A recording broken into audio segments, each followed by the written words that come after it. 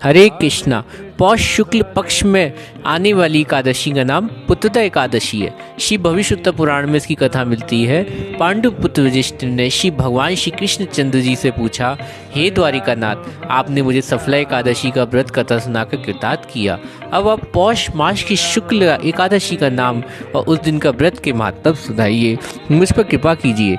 इतना सुनकर भगवान ने कहा, हे धर्म अवतार युधिष्ठिर, एकादशी का नाम पुत्रदा एकादशी है। इसका व्रत करने से मनुष्य तपस्वी, विद्वान, लक्ष्मीवान होता है। इस दिन भगवान नारायण की पूजा की जाती है। इस व्रत के समान इस चर अचर संसार में दूसरा कोई व्रत नहीं। इसके विषय में मैं तुमको एक पुरातन कथा सुनाता हूँ। भद्रावती नाम की एक नगरी, सुकेतुमान नाम की एक राजा था। उसकी पत्नी का नाम शैव्या था। वे निपुत्री, जिसके कारण उसकी रानी दोनों चिंतित रहते थे, क्योंकि उसके पितर रो रो के पिंड ग्रहण करते। राज्य में बंधु बांधव, धन, हाथी, घोड़ा आदि सब कुछ होते हुए भी राजा के मन को संतोष नहीं होता। इन सब का कारण केवल एकमात्र राजा का निसंतान होना था, क्योंकि मरने के पश्चात कौन पुण्य देगा, कौन किसके घर में कुल का दीपक बनेगा, कौन उसका कल्याण करेगा, कठिन है।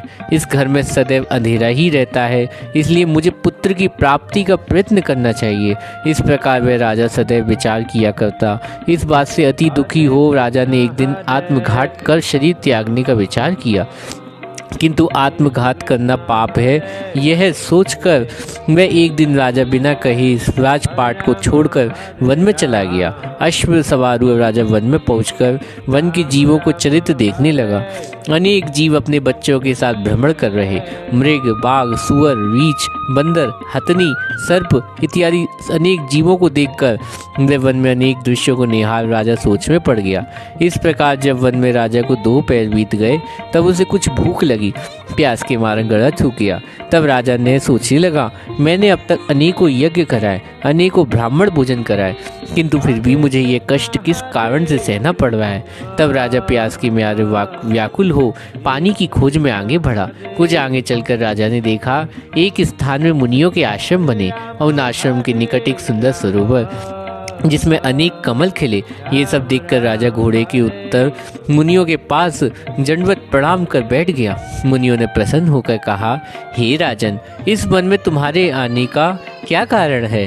राजा ने उत्तर देते हुए कहा, हे मुनि, आप कौन हैं? इस वन में निवास करने का क्या कारण है? मुनियों ने उत्तर देते हुए कहा, हे नृपेंद्र, हम लोग विषदेव हैं। इस सरोवर पर स्नान करने के लिए आए, क्योंकि आज पुत्रदा एकादशी है। राजा ने प्रार्थना कर कहा, हे मुनिवरों, मेरा भी कोई पुत्र नहीं। यदि आप लोग प्रसन्न हो तो मुझे भी एक पुत्र होने का वरदान दीजिए। मुनियों ने कहा, हे राजन, आज पुत्रदा एकादशी है, तुम इसका व्रत करो, अवश्य नारायण की कृपा से आपको पुत्र की प्राप्ति होगी। मुनियों के अनुसार राजा ने वही उस सरोवर में स्नान करके एकादशी का व्रत नियम धारण किया। मुनियों को दंडवत करके अपने नगर में वापस चला गया। भगवान नारायण की कृपा से रानी शैव्या ने गर्भ धारण कर 9वें मास में एक सुंदर पुत्र को जन्म दिया, जो बड़ा होकर राज्याधिकारी बना। वह अनंत वीर, धनवान तथा यशस्वी श्री नारायण का भक्त हुआ। भगवान ने कहा, हे युधिष्ठिर, पुत्र की प्राप्ति हेतु इस एकादशी का व्रत करना सब व्रतों में अधिक उत्तम है। जो मनुष्य व्रत को धारण करते हैं वे पुत्र को प्राप्त कर अंत में स्वर्ग जाते हैं। हरे कृष्णा। कल शुक्रवार को एकादशी है और परसों 7:43 से पहले पारण करने का विधान है। हरे कृष्णा।